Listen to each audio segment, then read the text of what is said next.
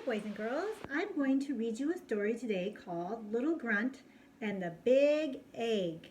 And then afterwards we can do a fun science experiment. Here we go. It's kind of a long story, so settle in and get comfortable. Here we go. Once upon a time in a big cave past the volcano lived the Grunt tribe. There was an uncle, an aunt, granny, mama, papa, and their leader was Chief Rockhead Grunt. The smallest grunt of all was Little Grunt. One Saturday morning, Mama Grunt said to Little Grunt, tomorrow the Ugga Wugga tribe are coming for Sunday brunch. Could you go get us a big egg, please? Yes, said Little Grunt. At that time of the year, eggs were hard to find, so Little Grunt looked and looked, but had no luck. And what am I going to do, he said to himself. He couldn't find a single egg. I'll try one more place. And it was a good thing that he did, because there he found the biggest egg Little Grunt had ever seen. It was too big to carry and too far to roll, and besides, Little Grunt had to be very careful because eggs break very easily. Little Grunt thought and thought. I know, he said. He gathered some of the thick, pointy leaves that were growing nearby, and he wove them into a mat. Then he carefully rolled that egg to the top of it, and pulled and pulled and pulled the egg all the way home.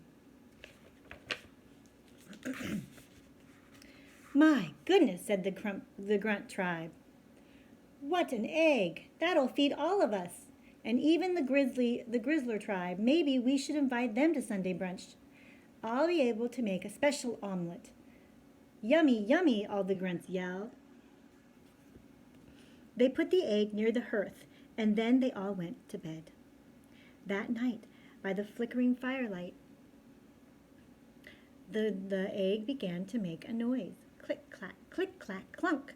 A big piece fell on the floor. Click, clack, clunk, clunk, plop. The egg broke in half, and instead of the big egg sitting by the fire, there was a baby dinosaur. Wah! Cried the baby dinosaur. And the Grunt tribe woke up. They said, "What are we going to do?" "There goes brunch," said the Uncle Grunt. "What will the Ugga Wugga say?" "I bet I'm allergic to that thing," said Papa Grunt. And Chief Rockhead Grunt said, "I know it can't stay." But before they could finish, Little Grunt said, "May I keep him, please?" "Every boy needs a pet," said Granny Grunt.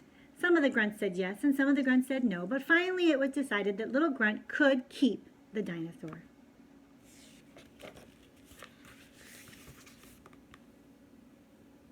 "I'm going to call him George," said Little Grunt. Little Grunt and George became friends. But there was a problem.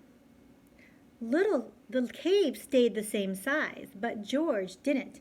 He began to grow and grow and grow. The cave was very crowded.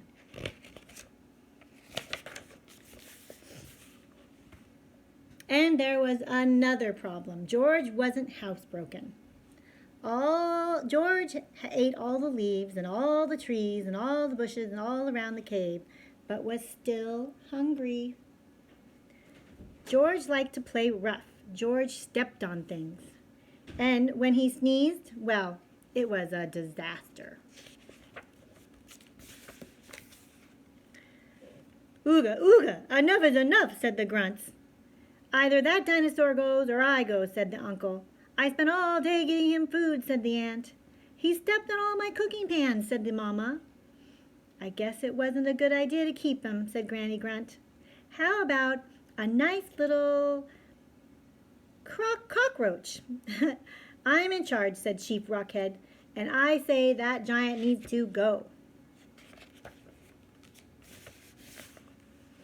The next morning, little Grunt took George away from the cave, out where he had found him in the first place.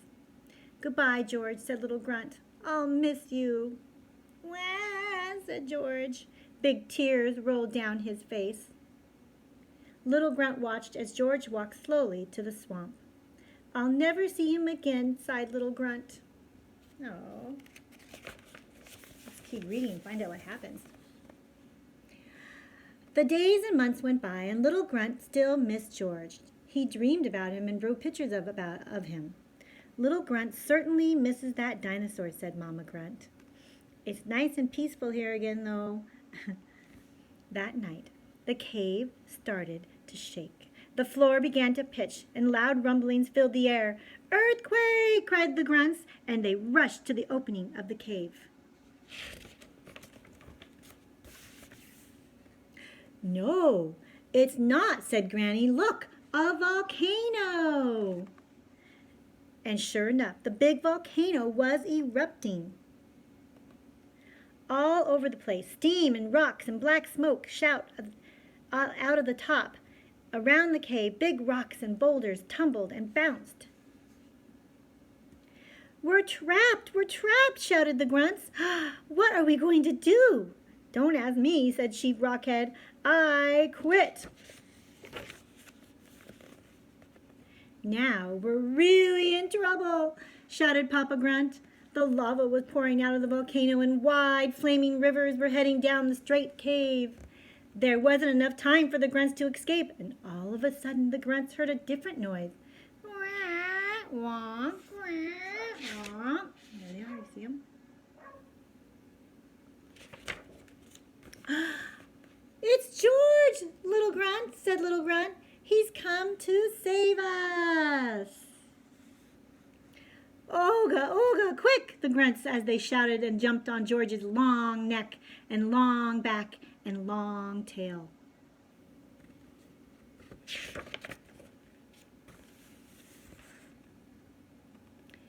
And before you could say Tyrannosaurus Rex, George carried them far away to safety.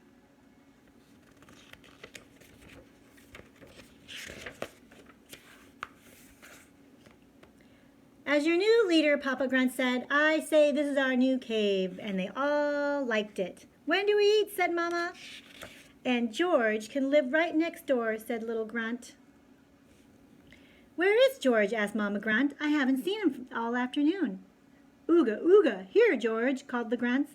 "Wah," answered George.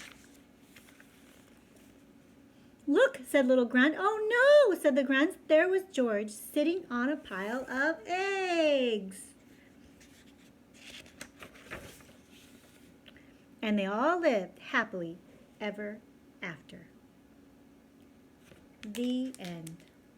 Boys and girls, in the next video, we're going to do a fun science experiment with a volcano. See you soon.